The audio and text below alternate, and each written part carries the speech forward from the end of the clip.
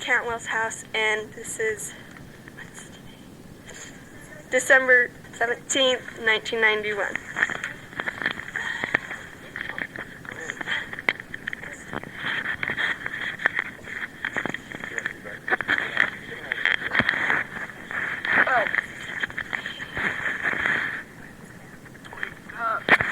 Thinking about Christmases and what the memories are, first thing that came to my mind was preserving those memories.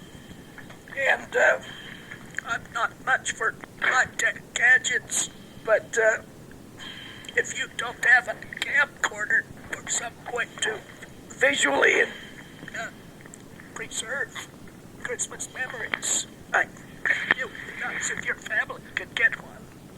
And I think about my grandparents who've been dead for quite a while. If we had had camcorders back then, how great they would be to be able to just turn on the television and see my grandparents again. Because I don't remember them as well as I wish I could. And so, don't put, when you get your own families, they'll probably be able to buy camcorders pretty cheap. And if you could get something like that to preserve memories, that's what I would suggest, not only for Christmas, but for everything else. It's neat. It's wonderful. I can't talk for too long at a stretch without getting a drink. Because I've got my throat tissues moist, or else they don't make the sound.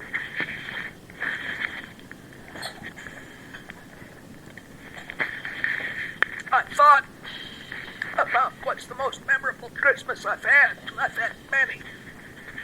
And I used to love the aromas of Christmas. My mom would always have a big ham in the oven, and you could smell that delicious aroma on Christmas Eve. It was wonderful. But I don't remember so much the gifts and the presents that I got. But I can remember some of the presents that I gave. And I guess we all go through a time when we realize that giving is much more pleasurable than receiving. And you could probably agree with me on that.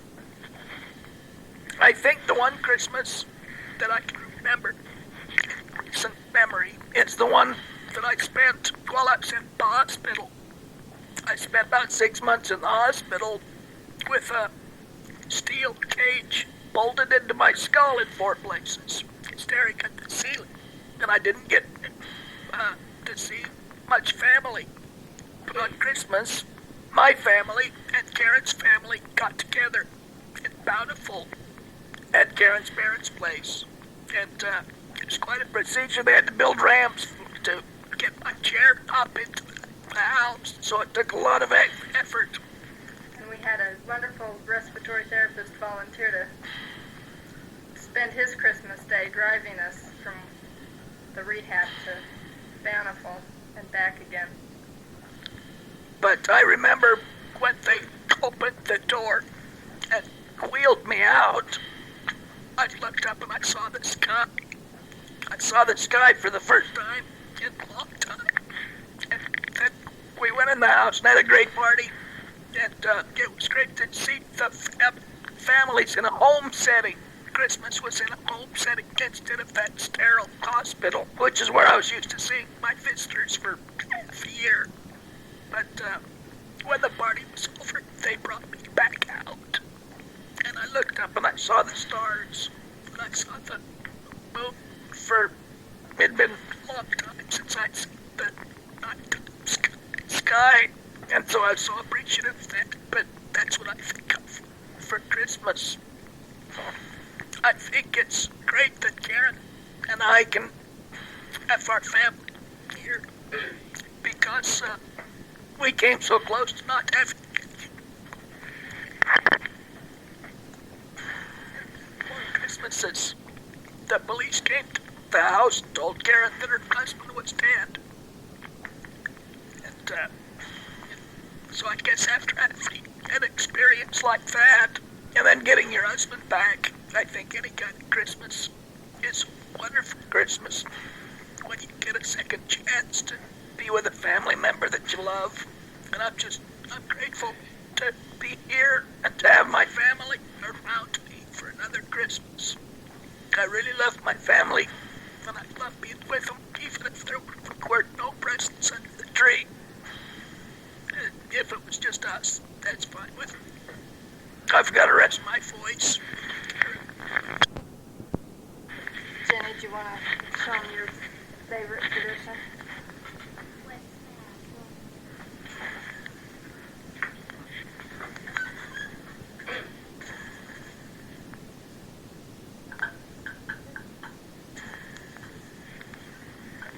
Every year Jenny gets to decorate her own Christmas tree.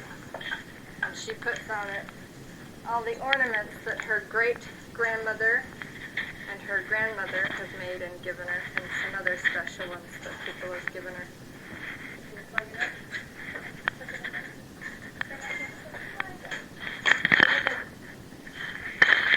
So that's probably Jenny's favorite tradition, is to get her decorate her own tree. That's something To that get at her ornaments and look at them. remember that for a long time. It's important to her.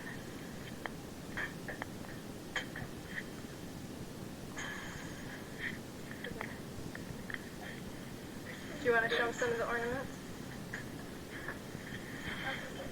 No, come here.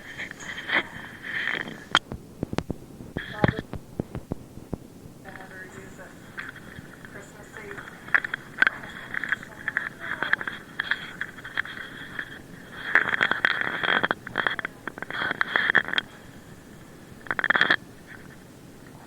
We always had a tradition, when I was younger. I'd go to Thanksgiving dinner at my grandmother's house in Newton to the west. And after we were finished with Thanksgiving, we would drive to Logan because it was always tradition that they turn on the Christmas lights in Logan on Thanksgiving night.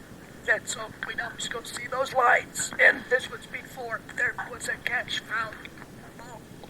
It was just downtown, and the tabernacle was lighted up, and there was Christmas music playing, and that was always a fond memory for us, was to always go see the Christmas lights on Thanksgiving night. It was like a parade of all these people from for just dragging Maine and watching the lights. I guess it's not such a big deal anymore, but it was always special back then. They must have better lights than they do now. They did. Of course, we've got another big Christmas village. We've just started working on this Christmas village. That's kind of a Christmas tradition, too. It's expensive, but it's always good. I think Jenny's always going to remember that.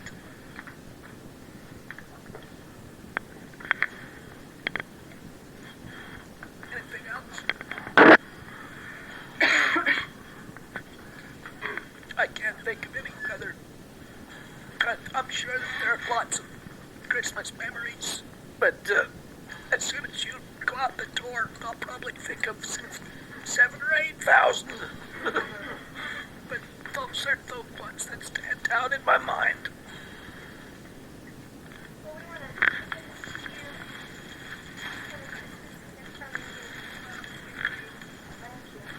That's great.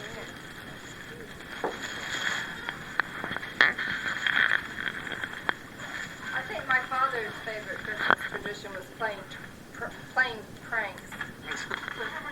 And they'd run around and do the string on the screen doors and screech it out. But there was always between one lady in the ward that used to be the bishop's wife while my dad was a counselor, and my dad, it's not that they didn't get along, but they loved to tease each other in a mean way. And they would always try and find a way to sneak coal to them without being able to identify that it was really them, a stocking full of coal. And somehow, all of a sudden one day, we were here in Logan, and they were back in Ohio, and there was a stocking full of coal on the doorstep.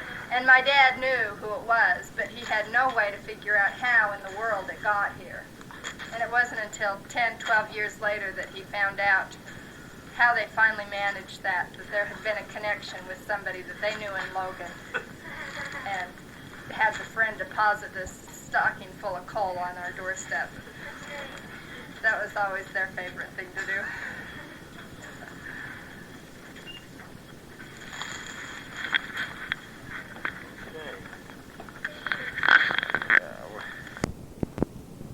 Never do know when they might not come home sometime.